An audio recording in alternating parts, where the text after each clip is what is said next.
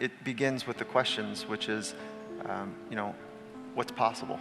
Right. And so we just open it up that way, what's possible? And that's actually, in and of itself, that question is really challenging for people. Good morning, ladies and gentlemen. Welcome to my channel. Recently, I have spent some time debating permission. What's permitted and what's not. The main thing I wanted to point out that it all depends on the authority which can permit or forbid something. State law, society standards, the rules of poker, the rules of football, the rules of chess if you're a player. I am, not very good one, but I am. But also your own rules within your body. While Singapore can clearly forbid drugs, and you can clearly say that drugs are not permitted within Singapore. While poker players are clearly permitted to fold, raise, check. It is not so clear to me that we can forbid anything ourselves. And I realized that for the first time 18 years ago, I think, when I was playing roulette at night, 2-3 a.m. in my secondary school. This was a very intensive experience for me. And at some point, while it was getting too intensive for my brain to take that, I decided to stop. Basically, my brain told my hand that it is not permitted to do another spin. It is forbidden to keep playing. And you know what happened?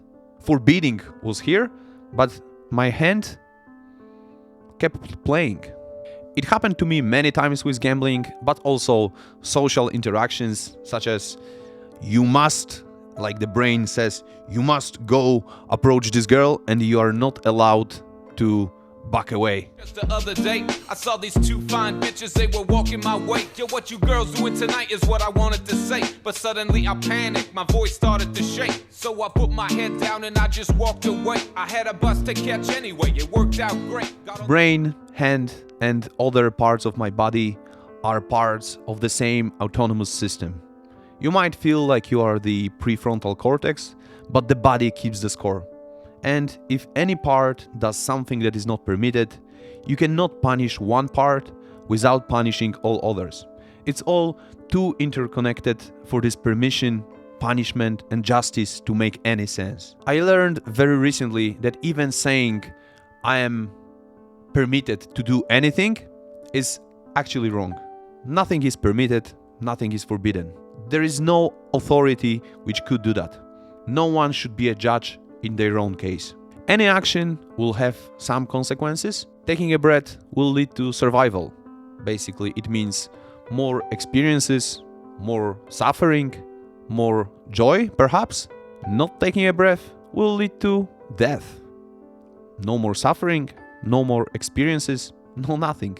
But am I permitted or forbidden to take a breath or not to take a breath? Who is the authority? What can it do to me? If breathing is forbidden by my brain, for example, I will probably keep breathing. I will be breathing compulsively. Oh, is that compulsive breathing disorder? I am not allowed to eat junk food. I am not allowed not to eat junk food. I am allowed to fast for 9 hours, but I am not allowed to fast for more than 12 hours. So instead of confusing myself with the idea of permission, I have better, more simple and more efficient question I can ask myself to find more clarity within this area. What's possible? Is it possible to breathe? Is it possible not to? Is it possible to skip workout today? Is it possible to eat what I want? Is it possible to put all my money on red? Is it possible to cheat on my girlfriend? Is it possible to kill myself? Is it possible to kill other people? The answer is always yes. Always. It's not about wishful thinking, it's about truthful thinking. Can we accept the harsh truth and still live a good life?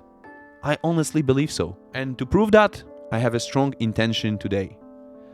To breathe, not to go to the gym because it's my rest day, eat my cottage cheese, onion, potatoes, cherries, and a lot of skyr, because this is pretty much the food I have left and I'm going for holidays for 2 weeks, so I don't want to throw it away. Not to put any money on red, not to cheat on my girlfriend, not to kill myself, and not to kill other people. Even though I know all of this is possible. With this perspective, I personally feel zero tension, a lot of clarity, a lot of peace of mind. And how about you? How are you today? What's possible for you today? Please let me know and have a good day.